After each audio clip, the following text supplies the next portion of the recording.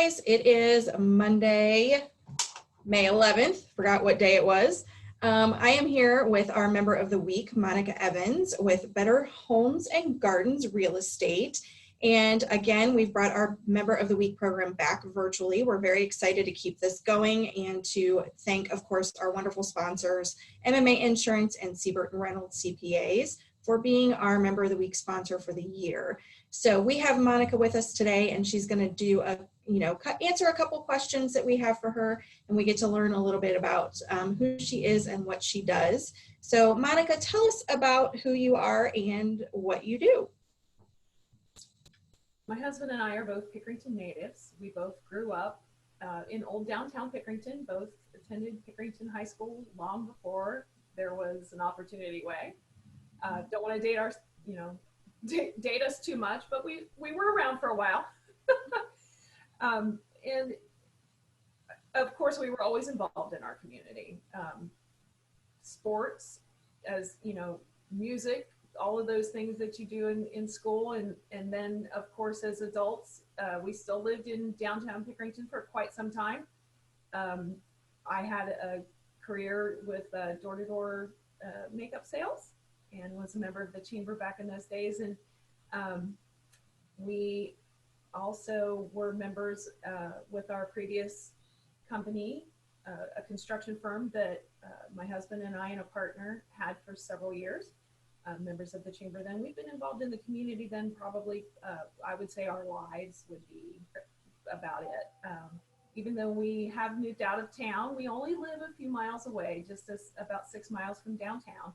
So we're still in the area and we still keep in touch with folks, and we do care about what happens in Pickerington. It's one of those things that never leaves you, even if you choose to live, which we did, chose to live rurally in the area outside Pickerington. But of course, we have many friends still in the Pickerington area, and I keep in touch with as many of them as I can. The busier I get as a realtor, the more difficult that becomes. But the good thing about this working from home business is it does give you time in some respects to get to people on the phone or like this on a Zoom conference. So that's been a plus. So tell us about real estate and how this coronavirus and pandemic has impacted your industry as a whole, and kind of how you've had to shift your business a little bit. Okay.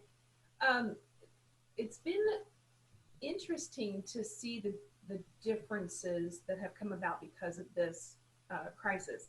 For one thing, at first, nothing really changed as far as we were continuing with transactions. We were continuing to help people find their new or next home. I have noticed, however, that when the interest rates went to such a low level, that there were so many homeowners that had decided to refinance, and it's a wise thing to do if you can, to take advantage of those low interest rates, that our lenders and our appraisers got quite a bit behind. And so our transaction times were taking much longer. So the ordinary real estate transaction, you would safely post it out perhaps 6 weeks just to make sure everything got contained within your transaction and your time period allotted. And most people closed within 30 to 35 days usually. And that's off the table right now. We're closing at 45 days and later, depending on how quickly an appraiser can get back. So the lenders are a bit overwhelmed, and the appraisers are certainly overwhelmed. And if you have a more difficult transaction where you have to have an appraiser come back, or you have to have additional documentation for your loan to go through, then those transactions can take longer. So that's one thing that we've really noticed, particularly in Fairfield County, as the transactions continue to be very competitive. It's still very much a seller's market. There's a lot of competition out there for buyers, which has been somewhat of a surprise. We expected it to slow just slightly from this, but it has not here in Fairfield County. Secondly, we now have to protect ourselves as we go into other people's homes. So I have a supply of personal protective equipment that I have to wear And I look something else, head to We toe, all with do. glasses, and a mask and gloves and shoe covers and the whole 9 yards. So we've really had to up our technological game to get virtual tours up on the web, along with our usual photos when we take a listing. Also, we're doing meetings by web. I use several different platforms: Google Hangouts, Jiffy Meet, the Zoom platform, Skype. All of those platforms, I've had to learn all of those platforms to make sure that I can accommodate all of my customers and all of the different technology that everyone uses. So that's been a little bit of a learning curve, a little bit of time, involved to discern all of the different things to do that way. But it's kind of been fun. I feel like I've got my skill set now, top of my technology game. So that's changed it a lot. I'm a little, I wouldn't say nervous, but a little concerned about a potential slowdown, but I think it will be more of a blip. Just because real estate is more of a leading indicator than a following indicator. And I think that when we have just a period of time where things might slow down a little bit more than they normally would at that particular season of the year, I think people may get a little unnecessarily nervous about some transactions taking a little bit longer, some financing may be a little bit more difficult to get.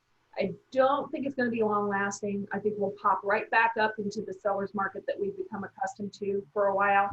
And as the economy at large returns, I think we'll see real estate continue to be a great indicator of how well our economy is doing. And I think that's probably why we were deemed essential as well, because it's the economic one of the economic foundations is real estate and their transactions. So I think that this summer we may see a little bit of a drag on that market in Central Ohio, but oh my goodness, is this Central Ohio market strong?